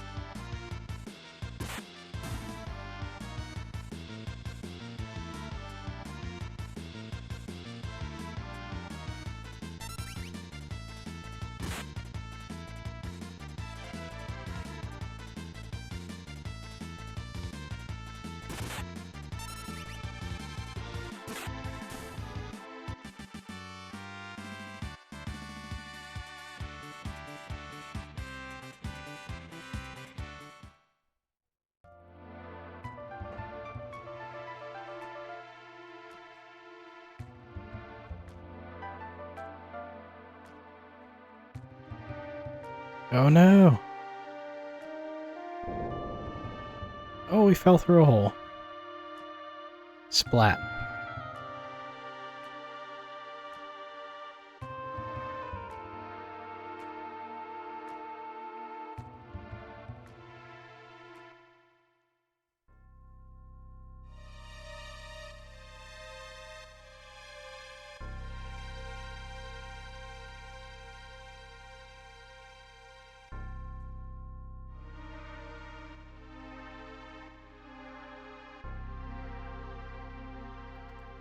The idea of a slave crown is despicable.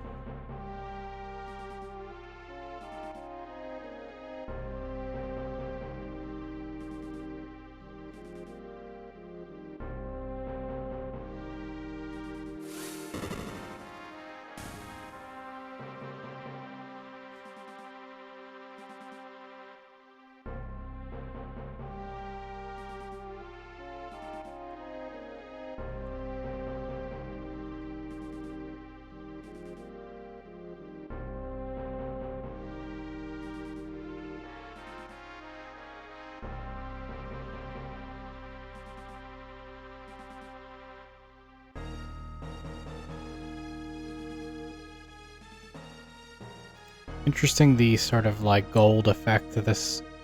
I guess you call it a flashback or something like that.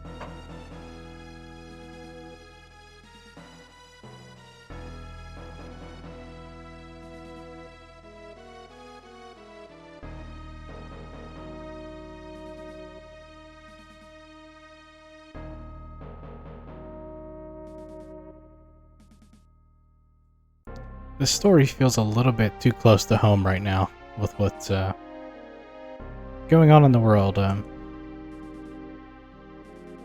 don't know. I don't know if that's would hit everybody the same way. There's some games I can't play, depending on what, like certain like war games or like what 4X games that I'm kind of like, I think I'm not feeling in the mood to play those based on like they just don't feel right sometimes.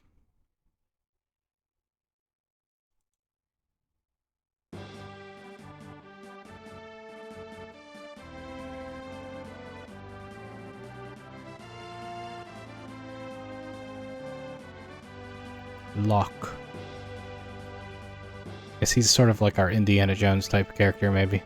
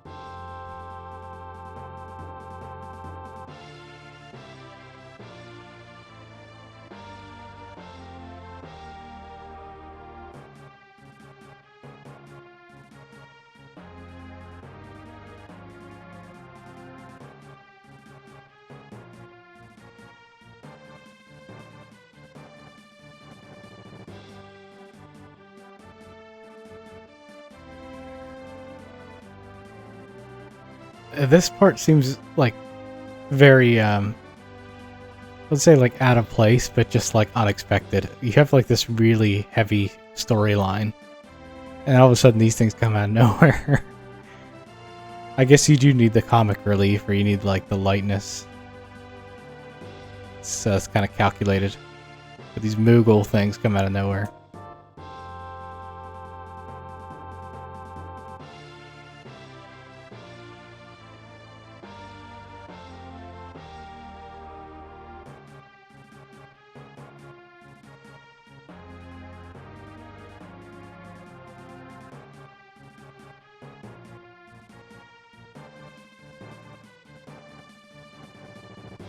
Okay, so now I'm controlling these guys.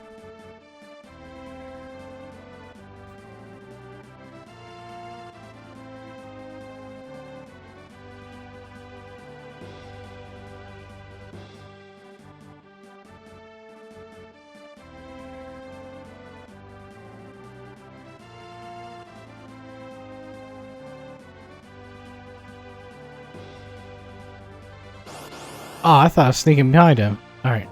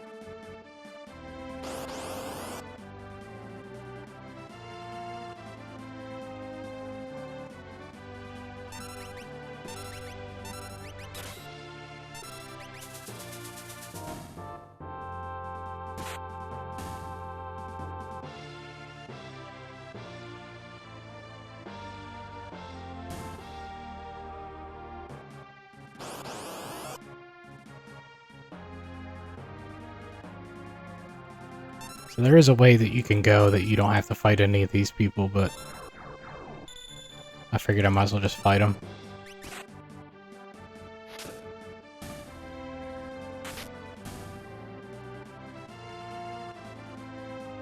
I get some experience points, got a potion and some gold.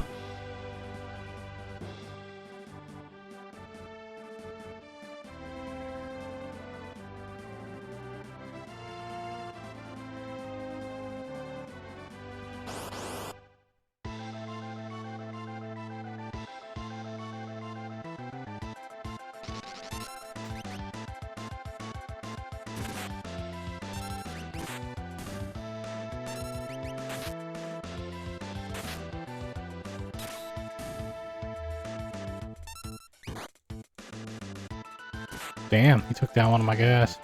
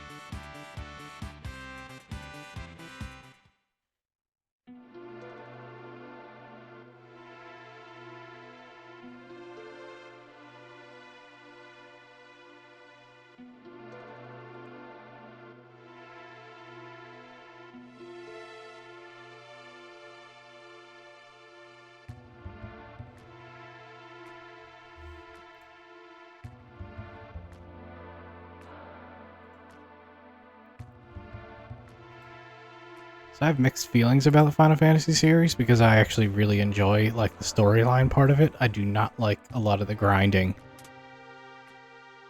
And sometimes I get to the point where maybe I'm like 20 or 30 hours into the game and I'm kind of done with it. But the game is not done yet. And so a lot of times I have trouble finishing Final Fantasy games because I just don't have the attention span to play a JRPG for that many hours. And yet I think they're really good.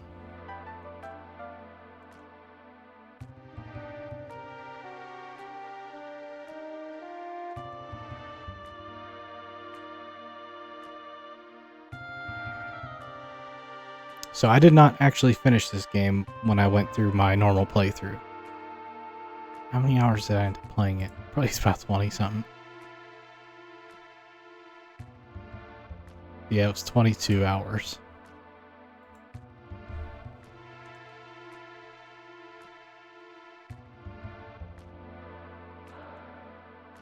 But sometimes I'm in the mood where I want to play them. It's just really hard to go back to, so you can't like play this game and then switch to another game and then come back to it. It feels like you lose your place a little bit with the story. So you kind of have to go full in these games if you're going to play them. And I struggle a little bit with that. With kind of any JRPG, turn-based RPG like that. Kind of lose steam with it. And so I gave this game a 7 out of 10. Still think it's a really good game. Certainly if you like JRPGs, you're going to love the game. But as far as fun factor, it's not like super fun for me, but it's... I mean, 7 out of 10 is a good score. I always say that 75 and up is sort of the games that I'll voluntarily revisit to play over and over again because they offer that much, and so this is like right on that cusp.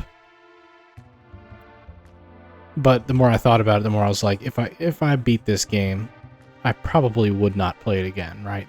I'm not sure if it would have that sort of replayability for me.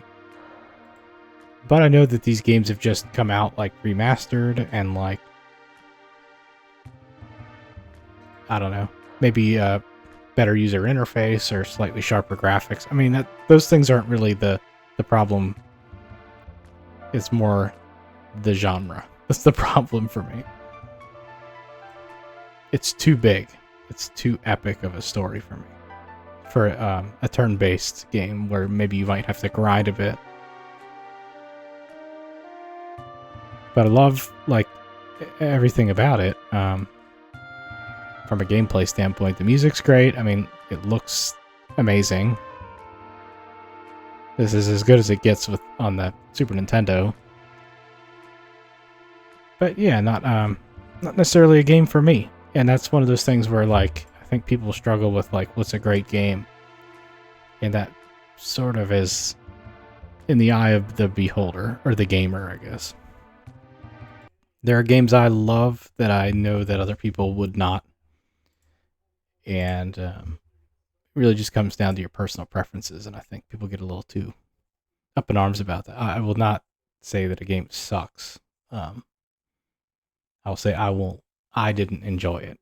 That would be generally what I'd say. There are some games that are universally known as sucking, but most of the time I'm not going to deliver a hot take like that.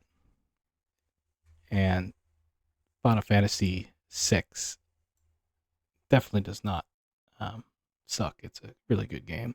It's just not necessarily for me. So 7 out of 10 is typical of the Final Fantasy games. I gave the previous game Final Fantasy V that. I gave Final Fantasy VII an 8 out of 10. I found that one a lot more fun. I found the story more fun. It felt less grindy. So I think most people definitely would say 7 is better than 6. So I'm probably in the right frame of mind there. But yeah, so those were the games that I was playing today. As part of this retro revisits night, we played 3. I did NHL 94, Virtua Fighter 2, and Final Fantasy 6. All around the same time frame too, 90s, 94ish, 95. I guess NHL 94 came out in 93. This Final Fantasy came out in 94, and then at least Virtua Fighter 2 came out 95 for the Saturn, the version I played. None of those games were bad. So I'm going to call it a night. Feeling pretty tired. Um, but it'll be back to the normal type of stream for next Tuesday.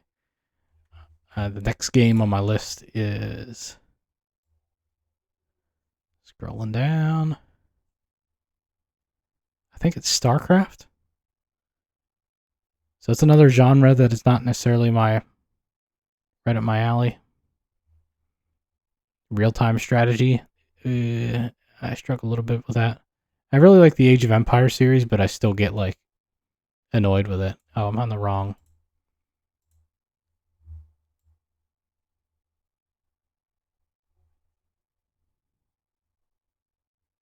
There we go. Yeah, it's a lot of games.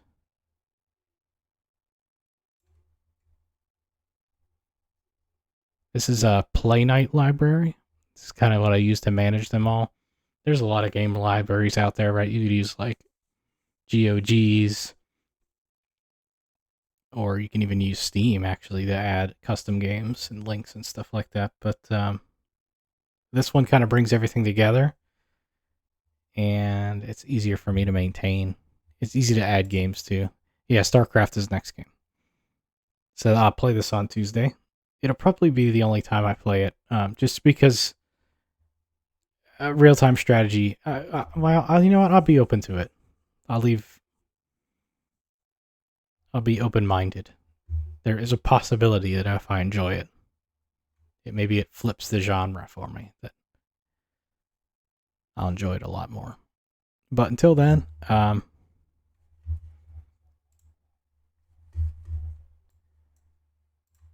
I'll see you guys on Tuesday. We got raid out of here.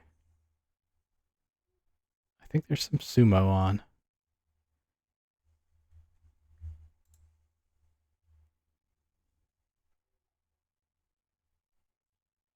Is Midnight Sumo? Yeah, Midnight Sumo's on. Looks like he's doing like cooking videos and stuff. They're kind of cool seeing the sumo wrestlers do like cooking and stuff like that. So I'm gonna go ahead and raid Midnight Sumo, one of my favorite channels, possibly my favorite channel. All right, see you guys all Tuesday.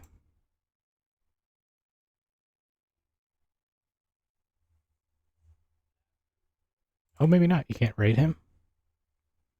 Maybe he's unraidable.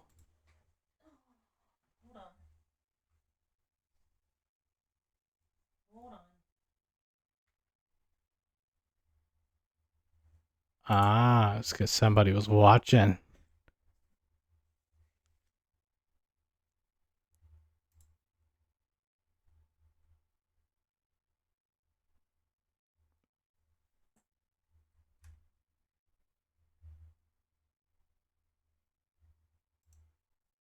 Okay, cool. So they're gonna have like a women's sumo on too. It looks like. So, yeah. No, still won't let me rate it. All right. Well, then go visit Midnight Sumo. You can do a manual raid. Catch you later.